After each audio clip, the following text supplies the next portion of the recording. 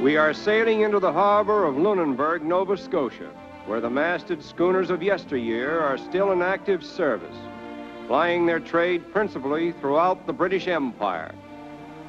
Lunenburg is the home port for one of the world's best deep-sea fishing fleets, and most of the schooners used in this service were built here, including the famous Blue Nose, undefeated champion of the North Atlantic fishing fleet and winner of 4 international schooner races. The town itself dates back several hundred years when it was the site of an Indian encampment and afterwards a French fishery settlement. About the middle of the 18th century, it was settled and named by a large number of families that migrated here from Lunenburg, Germany.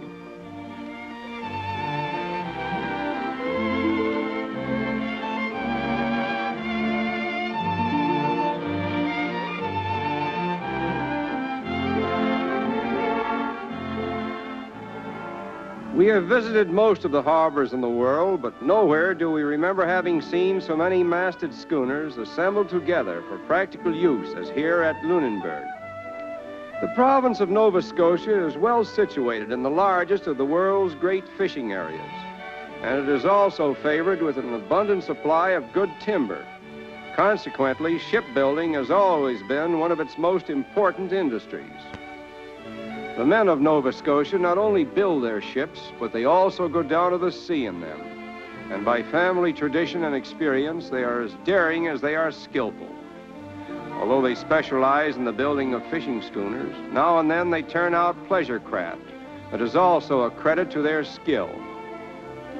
The numerous waterways of Nova Scotia are ideal for good sailing, especially in the vicinity of Bridgewater, on the La Have or the La Have River, which is particularly noted for its ideal yachting conditions.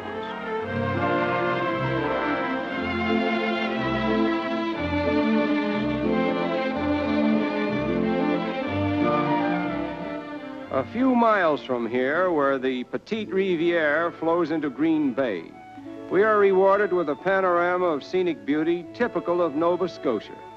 And we are told that we are now looking down upon one of the world's most prolific fishing areas, where tuna weighing 800 pounds and more are not unusual. It is claimed that all world record tuna catches during the past 36 years have been made in the coastal waters of Nova Scotia.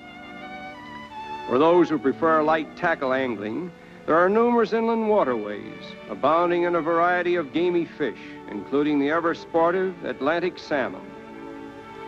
In these post-war days, when so many soldiers are returning to civilian life with physical handicaps, it is interesting to note how these handicaps are overcome, as illustrated here by a one-armed fisherman who baits a hook and casts a line as well, if not better, than any of his two-armed contemporaries.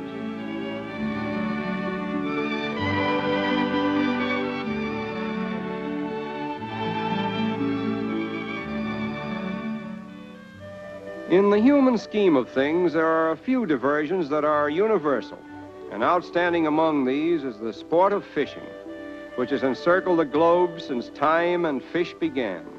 And none but a fisherman can understand or appreciate the thrill of bringing in a fighting fish.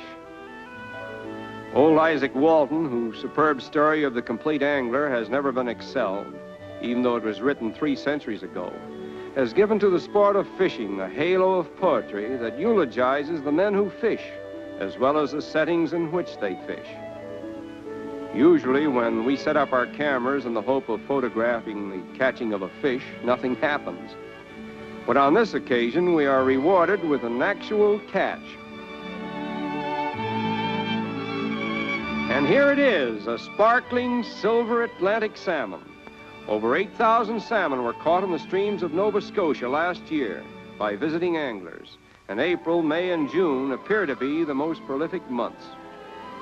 Now let's get around to a little commercial fishing, which is carried on in a unique manner by the boys of Nova Scotia. They are catching a prolific but choice species of fish that finds a ready sale in the markets. And it is not unusual for a boy to scoop up 100 or more of these fish in a few hours during the height of the season.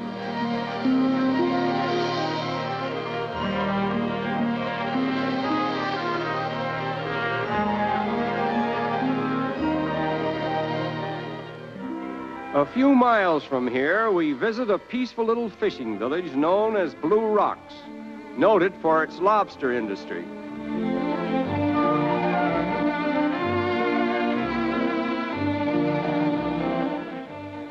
Nova Scotia claims the world's record for the production of lobsters, no small amount of which are caught in the waters immediately adjacent to these villages. Lobsters caught here have weighed as much as 35 pounds. Unfortunately, the season ended before our arrival, and all that is left for us to see in connection with lobsters are the wooden traps that have been neatly stored for next season. Lobsters usually walk about the bottom of the sea in shallow places, and these traps, baited with food, are used to catch them. The scenic beauty of Nova Scotia and the fascinating subjects found along her shores have made this land a haven for photographers and artists, one of the most unusual and talented of whom is Earl Bailey. A native of Nova Scotia, Mr. Bailey lost the use of feet and hands at the age of 3 years through an attack of infantile paralysis. Through his great courage and optimism, he taught himself to paint, and goes on teaching those who meet him that regardless of how physically incapacitated or handicapped a man may be, there is always a chance to do something interesting and useful if the will to accomplish is of sufficient strength. Not alone for the unusual manner in which his work is executed, but for artistic merit, his paintings in watercolors and oils have always won a great deal of well-deserved admiration and praise and found ready purchasers. But aside from the merit of his paintings, we are inspired by the beauty of his soul, which tends to minimize our unjustified complaints and sends us on our way with a more noble regard for men like Earl Bailey. At Peggy's Cove, another popular resort for artists, the shoreline of the province continues with its unending picturesqueness. But it is time now for us to end our journey, and it is with